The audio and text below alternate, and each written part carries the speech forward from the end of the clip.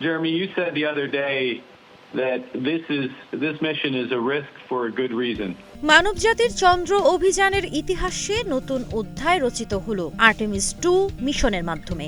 এই মিশনে প্রথমবারের মতো অংশ নিয়েছেন একজন কানাডিয়ান নভোচারী জেরেমি হ্যানসেন।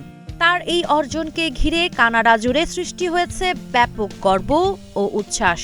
বুধবার মহাকাশে অবস্থানরত নভোচারীদের সঙ্গে সরাসরি কথা বলেন কানাডার প্রধানমন্ত্রী মার্ক কার্নে। তিনি হ্যানসেনকে উদ্দেশ্য করে বলেন, এই অভিযানে পুরো কানাডা গর্বিত, বিশেষ করে আপনার জন্য আমরা সবাই ভীষণ আনন্দিত। জীবন অবাক না করলে কে করবে? 28% মিল্ক ফ্যাটের অবাক করার সাথে ফ্রেশ মিল্ক পাউডার। জীবন অবাক করুক প্রতিদিন। রাজনৈতিক টানাপোড়েনের মাঝেও এই ঘটনাকে অনেকেই দুই দেশের সম্পর্কের ইতিবাচক দৃষ্টান্ত হিসেবে দেখছেন। 50 বছর বয়সী হ্যানসেন রয়্যাল কানাডিয়ান এয়ারফোর্সের কর্নেল এবং 2009 সালে নভোচারী হিসেবে নির্বাচিত হন। তিনি 3 জন মার্কিন নভোচারীর সঙ্গে এই 10 দিনের ফ্লাই বাই মিশনে অংশ নিয়েছেন, যা ভবিষ্যতে 2028 সালের মধ্যে মানুষকে আবার চাঁদে পাঠানোর প্রস্তুতির গুরুত্বপূর্ণ ধাপ।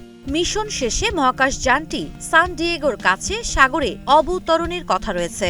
এদিকে মিশনের একটি মজার মুহূর্ত ভাইরাল হয়েছে। ক্যাপসুলের ভেতরে মাইক্রোগ্র্যাভিটিতে ভাসতে দেখা যায় নিউটেলার একটি জার। এ নিয়ে রসিকতা করে প্রধানমন্ত্রী বলেন, কানাডিয়ানরা নিউটেলার চেয়ে ম্যাপেল সিরাপই বেশি পছন্দ করে।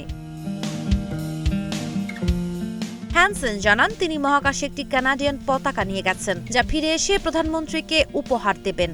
একই সঙ্গে তিনি বলেন, উন্নতির জন্য ঝুঁকি নেয়া এবং ব্যর্থতা থেকে শিক্ষা নেয়াই সাফল্যের চাবিকাঠি।